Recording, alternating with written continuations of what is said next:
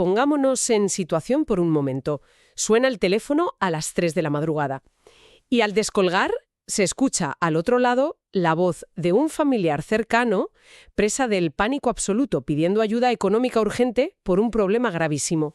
Sí, una pesadilla. Y la entonación, la forma de respirar entre palabras, ese timbre tan característico, pues todo encaja a la perfección. Exacto, todo encaja, pero resulta que esa voz que se escucha al otro lado de la línea podría ser simplemente un algoritmo matemático, o sea, un código diseñado de forma hiperespecífica para engañar al cerebro. Totalmente. El punto al que hemos llegado con la tecnología es, francamente, escalofriante. Es que ya no podemos confiar ciegamente ni siquiera en nuestros propios oídos. Es que es una de las realidades tecnológicas más perturbadoras de nuestra década, sin duda. La síntesis de voz, esto que llamamos clonación vocal, ha avanzado a una velocidad tan vertiginosa que la frontera acústica entre una garganta humana genuina y un audio generado por una tarjeta gráfica, pues prácticamente se ha evaporado. Ya, es increíble. Los pequeños defectos que antes delataban a las máquinas están simplemente desapareciendo. Pues qué tal, yo estoy encantada de arrancar con este nuevo análisis a fondo. Siempre es un buen momento para diseccionar estos documentos, que la verdad están marcando el pulso de la tecnología para quienes nos escuchan.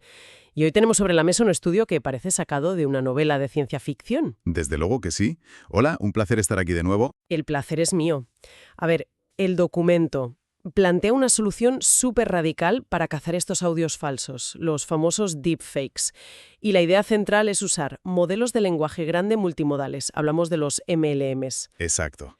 Para que nos entendamos, es coger el motor que impulsa a los chatbots de inteligencia artificial más avanzados, esos que todos usamos para redactar correos o buscar información, y darles directamente una placa de detective forense. Personalmente, oye, este salto tecnológico me parece una genialidad absoluta. Bueno, a ver, sobre el papel, la premisa de utilizar una IA conversacional para realizar auditorías forenses es audaz. Eso te lo concedo. Ofrece posibilidades que las herramientas anteriores ni soñaban. Pero a medida que desgranemos los resultados de este documento hoy, yo creo que va a ser vital que no nos dejemos cegar por el entusiasmo.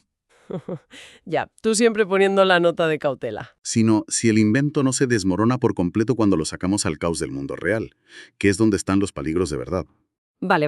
Vamos a desgranar esto paso a paso entonces. Para entender por qué usar una inteligencia artificial conversacional podría cambiar las reglas del juego en la ciberseguridad, primero hay que entender qué herramientas estábamos usando hasta hoy. Eso es fundamental, sí. El estudio hace un repaso de los métodos tradicionales de detección y suelta unos nombres de arquitecturas que, la verdad, suenan súper crípticas. Cosas como Ronet 2 o Assist, que operan de extremo a extremo. O también mencionan el uso de modelos preentrenados tipo Whisper acoplados a un clasificador. Suena todo muy avanzado, pero al parecer tienen un talón de Aquiles bastante importante. Claro, el problema no es que no sean avanzados, porque lo son, sino cómo procesan la información. A ver, métodos como Reognek 2 no escuchan el audio como tú o como yo. Lo que hacen es devorar la forma de onda cruda, o sea, la representación visual del sonido. Y ahí buscan microanomalías matemáticas que el oído humano ignora por completo. ¡Ostras! Es decir, que ni siquiera lo oyen, lo calculan. Exacto. Es casi como si, para detectar si un cuadro es falso, en lugar de mirar la pintura completa y ver el paisaje, usaras un microscopio superpotente para ver si la composición química de un solo trazo es correcta. Madre mía. Funciona así, pero crea lo que en el mundillo llamamos el problema de la caja negra. Ah, la famosa caja negra de la inteligencia artificial. Introduces algo, pasa no sé qué magia oscura en el medio y sale un resultado. Exacto. Y lo fascinante aquí es cómo esto afecta a la confianza en el sistema. Todos estos métodos tradicionales al final del día operan como, digamos, un detector de metales en un aeropuerto. Le pasas el archivo de audio sospechoso y el sistema realiza un cálculo probabilístico súper complejo para escupir un veredicto. Te dice falso o verdadero y ya está. Te dice que hay un, 87% de probabilidades de que sea falso. Punto. Y ahí se queda. Es totalmente incapaz de explicarte por qué ha tomado esa decisión. Claro.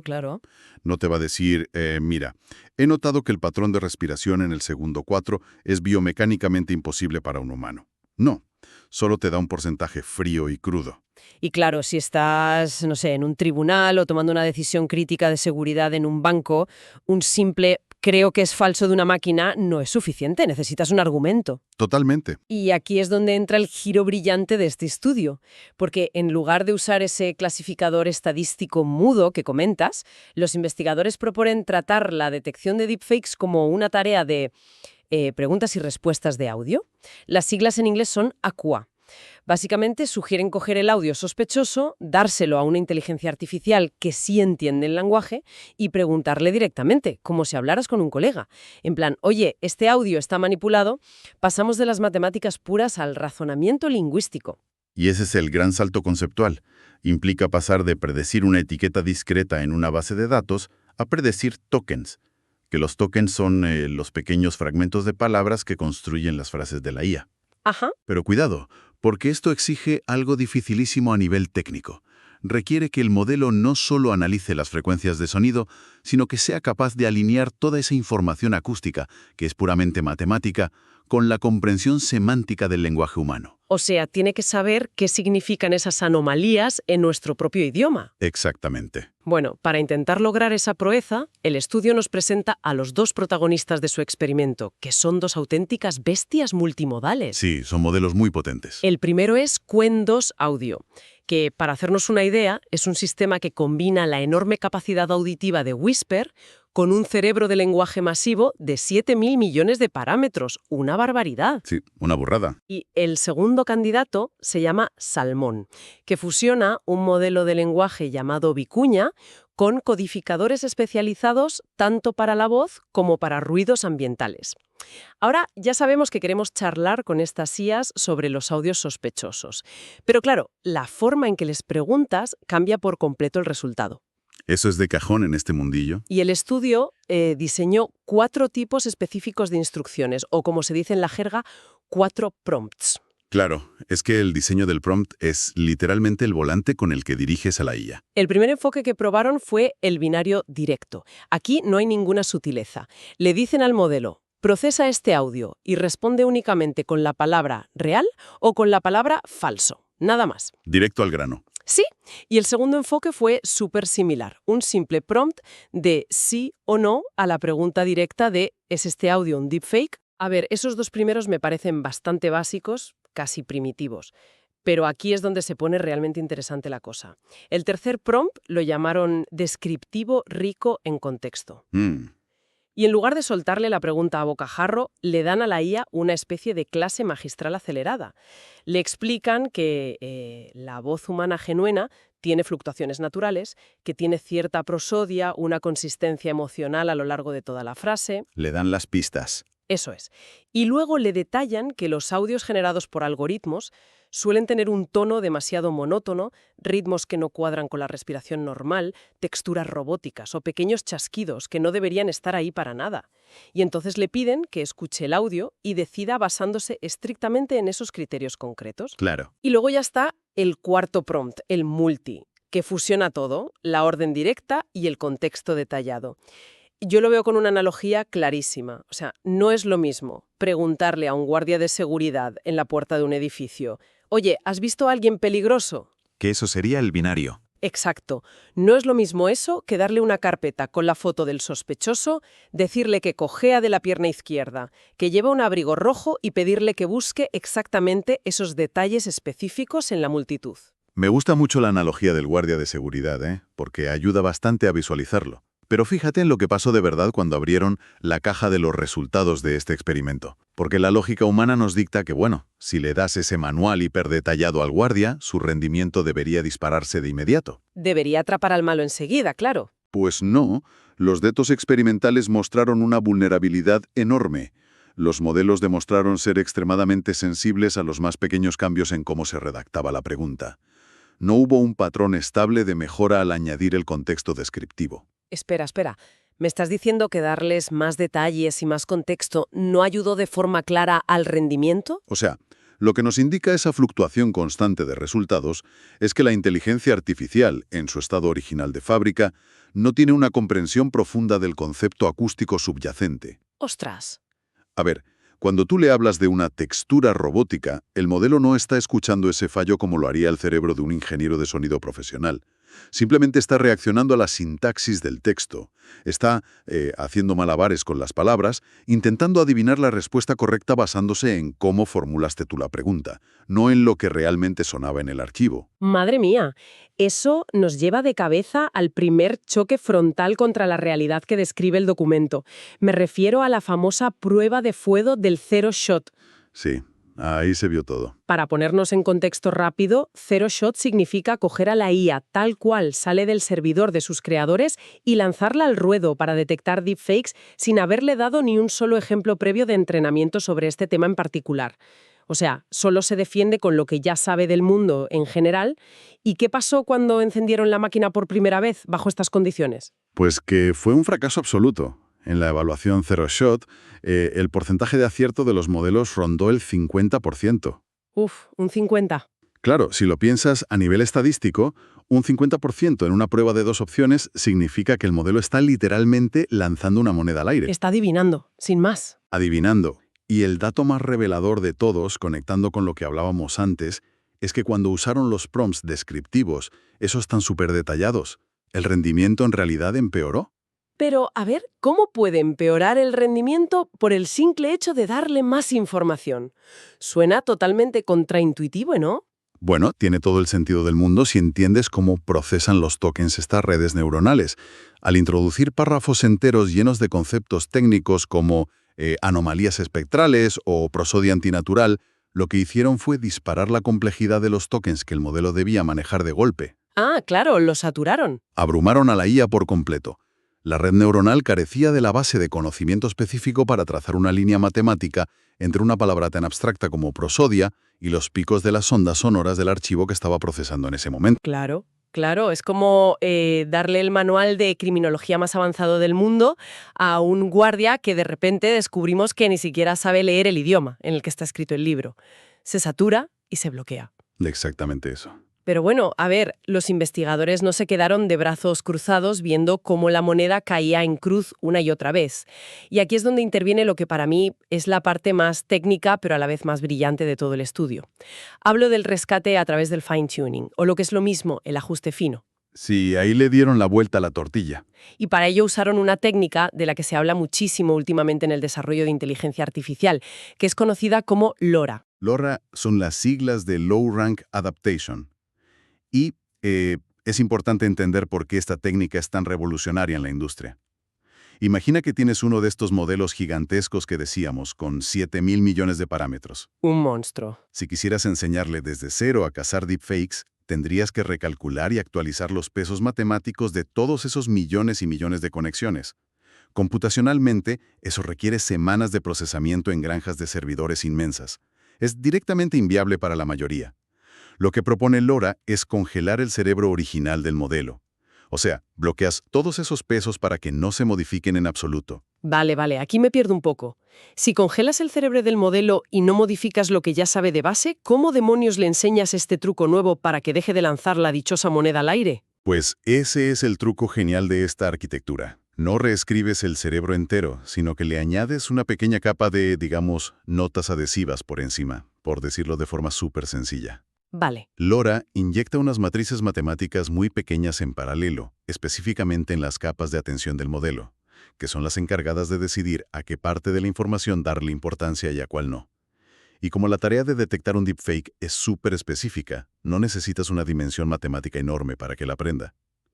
En el estudio mencionan que usaron un rango bajísimo, un rango de 8, con un factor de escalado alfa de 32, y solo necesitaron que la IA viera los datos durante 10 rondas o 10 épocas de entrenamiento. O sea, para llevarlo al terreno terrenal, que todos podamos entender, en lugar de obligar a un cirujano con 20 años de experiencia a volver a la universidad y tener que repetir toda la carrera de medicina solo para aprender a usar un nuevo tipo de bisturí láser, lo que haces es que lo envías a un seminario intensivo de un fin de semana. Tal cual.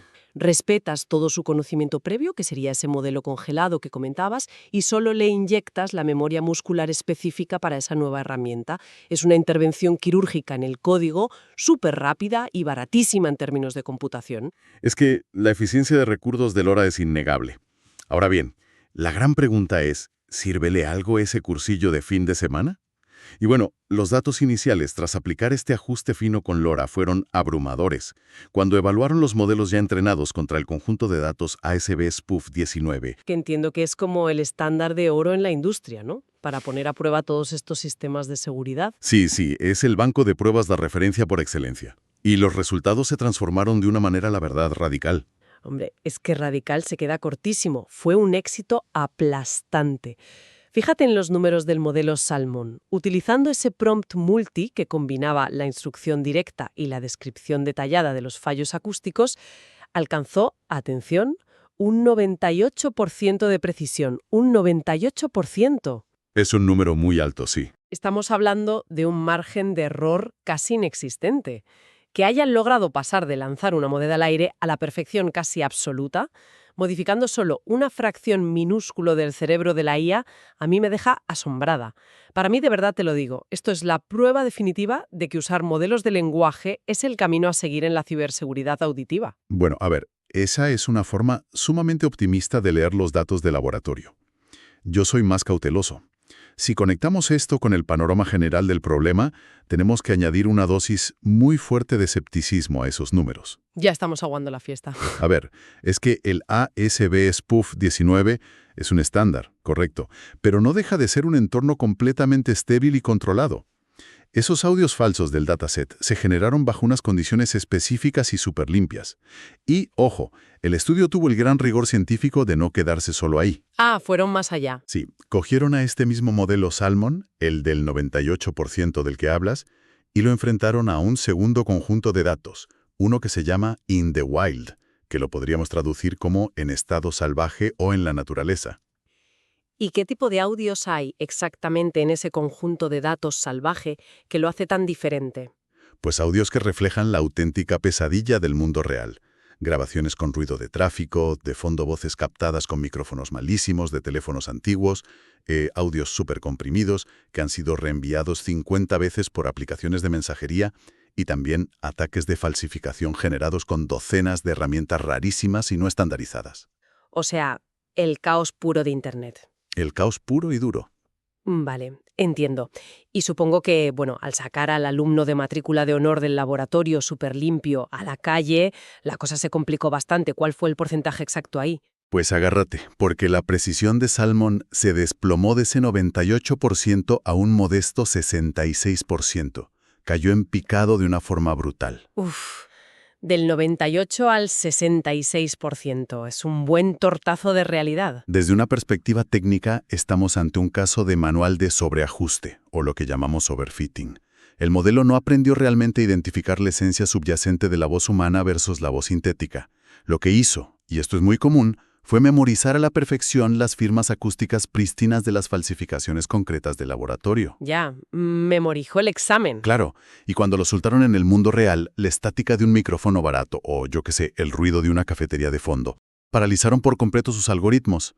Perdió su capacidad de discriminación y ante la mínima duda empezó a sufrir un sesgo de confusión masivo. Claro, clasificando casi cualquier cosa que tuviera ruido como si fuera un audio falso. Exactamente. A ver, la IA sacó un sobresaliente en el examen porque se memorizó las respuestas exactas de los libros, pero al salir a la vida real no supo aplicar la lógica ni el sentido común. Es literalmente el equivalente a un estudiante brillante de ingeniería que es incapaz de cambiar una rueda pinchada bajo la lluvia porque las condiciones no son las de su taller limpito. Es una analogía tristemente muy precisa, sí. Ver una caída hasta el 66% es un buen golpe, desde luego. Pero, oye, y aquí quiero romper una lanza a favor de la investigación. ¿Qué pasa si miramos la tabla comparativa que incluyen en el propio documento? Porque, a ver, el contexto lo es todo. Resulta que si ponemos a prueba los modelos tradicionales, esos que todo el mundo respeta tanto en la industria, como el famoso LCNN, resulta que también sufren horrores en este entorno caótico salvaje. No es solo la IA conversacional. Es un matiz importantísimo, sí, lo reconozco. Los sistemas tradicionales tampoco tienen ninguna varita mágica para lidiar con el ruido del mundo real. Exacto. De hecho, si miras los datos, el clasificador LCNN clásico apenas alcanza un 65% de precisión en ese mismo conjunto de datos salvajes. Así que, visto fríamente, ese 66% de la IA multimodal puede parecer súper bajo, pero en realidad nos está diciendo que este nuevo enfoque ya está logrando empatar con el mismísimo estado del arte actual. Empatan por lo bajo, pero empatan. Claro, con la diferencia brutal, eso sí, de que los MLLMs tienen la enorme capacidad de procesar texto y de argumentar su respuesta, algo que los detectores tradicionales matemáticos no podrán hacer en su vida. Así que, oye, han empatado en el primer asalto. Bueno, acepto el argumento, la verdad. No empeoran la línea base que ya teníamos. Sin embargo, creo que esta incapacidad generalizada, esta caída tan drástica de todos los sistemas al salir del laboratorio, debería hacernos plantear una cuestión muchísimo más filosófica y técnica sobre la naturaleza misma del sonido. ¿A qué te refieres exactamente? A ver, piensa en esto. Tenemos inteligencias artificiales capaces de analizar el sarcasmo en un poema de 3 estrofas, o de mirar una fotografía generada por ordenador e identificar casi al instante que es falsa. ¿Por qué tropiezan de esta manera tan torpe al intentar procesar y describir un simple audio manipulado? Supongo que tiene que ver con cómo los humanos estructuramos la información en nuestro cerebro, ¿no? En el mundo visual, las reglas parecen mucho más rígidas y sobre todo mucho más descriptibles. Por ahí van los tiros. Es que si ves una imagen de IA, tú puedes decirle al modelo, mira, esa persona tiene 6 dedos en la mano izquierda, o la sombra de ese árbol se proyecta hacia el sol en lugar de alejarse de él. Son descriptores muy literales, son matemáticamente demostrables y además facilísimos de verbalizar. Es que más bien diría que esa es la raíz más profunda del problema. Y el estudio hace una crítica espectacular sobre esto precisamente. Nuestro vocabulario humano para describir anomalías acústicas es pobre, es alarmantemente limitado y completamente intuitivo, no es nada técnico. Ya, claro, nos faltan palabras. O sea, ¿cómo le explicas a una máquina con palabras exactas el artefacto residual que deja un vocoder algorítmico al intentar comprimir la voz? Acudimos a términos súper vagos, como esto tiene una textura robótica o suena un poco a glitch, pero eso no significa nada concreto a nivel matemático. Claro. Para entender esto mejor, es como si tuviéramos un vocabulario de 100 palabras diferentes para describir todos los tonos de rojo, escarlata o carmesí que puede tener una manzana en una imagen, pero a la hora de hablar de un defecto en un archivo de voz, solo tuviéramos la palabra genérica ruido para todo. Totalmente. La IA visual tiene un diccionario semántico inmenso donde apoyarse. La IA auditiva, en cambio, pues está casi muda. Literalmente le faltan las palabras. Es que es una analogía perfecta. En los modelos visuales, la red neuronal ha aprendido durante su entrenamiento a asociar la palabra exacta dedo con una estructura espacial y de píxeles muy concreta, tras ver millones de ejemplos etiquetados. Claro. Pero en el audio, la representación semántica de una manipulación súper sutil de fase de onda, pues no existe, es un terreno baldío. Las bases de datos gigantescas que usamos para entrenar a estas IAs no tienen descripciones de texto ricas y variadas sobre cómo suena exactamente un error de síntesis vocal profunda. Solo tienen etiquetas de falso verdadero. Ya veo. Y el documento también apunta a que toda esta desconexión enorme entre el texto y el sonido genera un caos tremendo a la hora de medir si la IA está haciendo bien su trabajo forense, ¿verdad? Claro, es que rompe por completo con las matemáticas de la evaluación tradicional. Los sistemas forenses clásicos calculan métricas muy específicas, como la tasa de igualdad de error, basándose en probabilidades matemáticas que son exactas y continuas. Pero ahora de repente le estamos pidiendo a un modelo de lenguaje que evalúe la seguridad. Y claro, no hablan el mismo idioma. Es que los modelos de lenguaje no escupen probabilidades forenses, escupen tokens. Generan palabras basándose en qué sílaba es más probable que vaya estadísticamente después de la anterior. Intentar evaluar un texto generativo de una IA usando métricas de clasificación binaria estricta es, a nivel puramente de ingeniería, como intentar clavar un tornillo con un martillo. O sea, no encaja por ningún lado. Y todo esto nos lleva a un riesgo de seguridad crítico en este campo: las alucinaciones. Ay, el gran fantasma de la inteligencia artificial generativa. Siempre aparece. Es que, fíjate, piensa en las implicaciones que tiene esto. Como son modelos conversacionales que están entrenados sobre todo para complacer al usuario y dar respuestas que suenen súper coherentes, a veces pues se inventan las cosas. Ya, te dicen lo que quieres oír. Pueden generar respuestas súper articuladas con un tono increíblemente seguro de sí mismas, pero que son técnicamente falsas. Imagina que le preguntas al modelo por qué cree que un audio es un deepfake. La IA podría inventarse que hay un clic antinatural de frecuencia en el segundo 42. Y lo dice pura y exclusivamente porque estilísticamente esa estructura de frase sonaba muy convincente en ese contexto, y no porque el análisis acústico haya detectado realmente ese clic en el audio.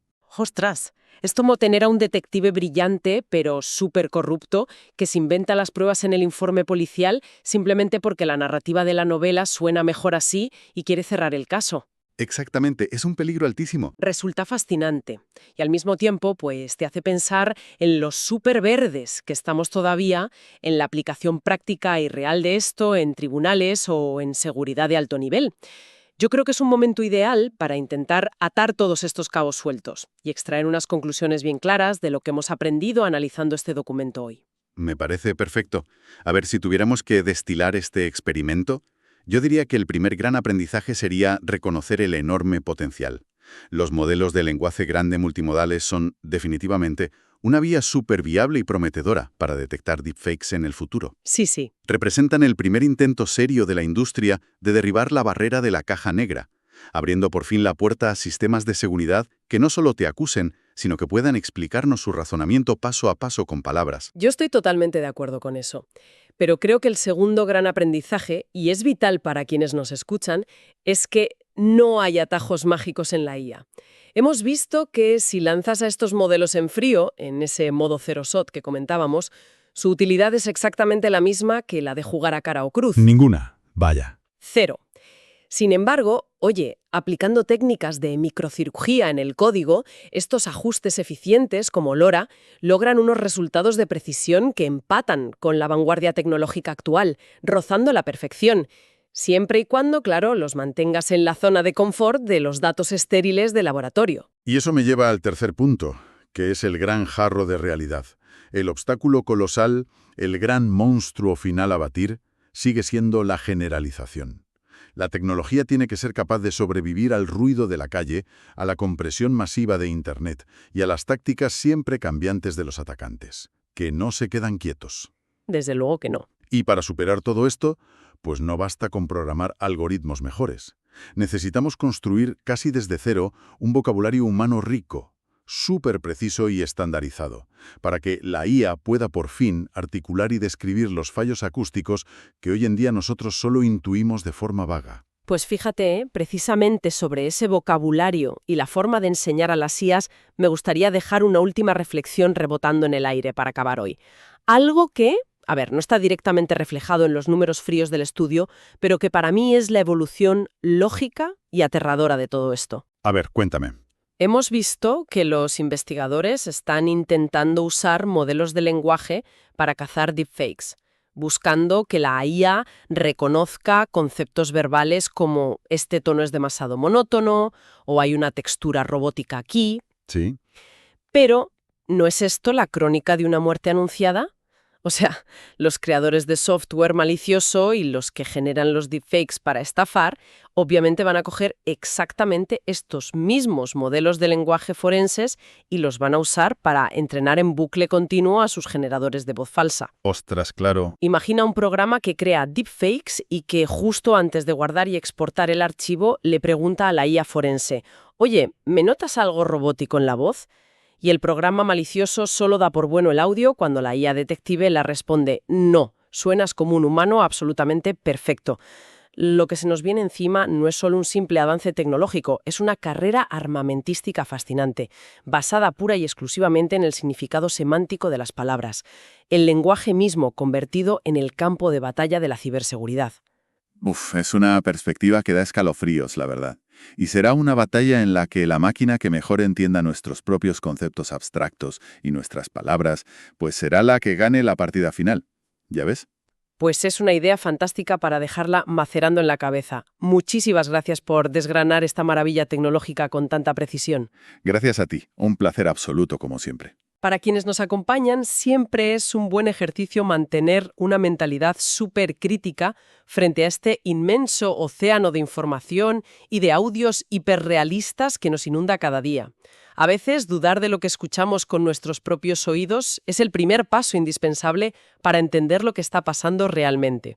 Ha sido un auténtico placer sumergirnos en esto y recordad que en el cruce exacto entre nuestra percepción humana y los algoritmos, pues siempre hay un montón de capas ocultas esperando a ser descubiertas. Hasta el próximo análisis a fondo.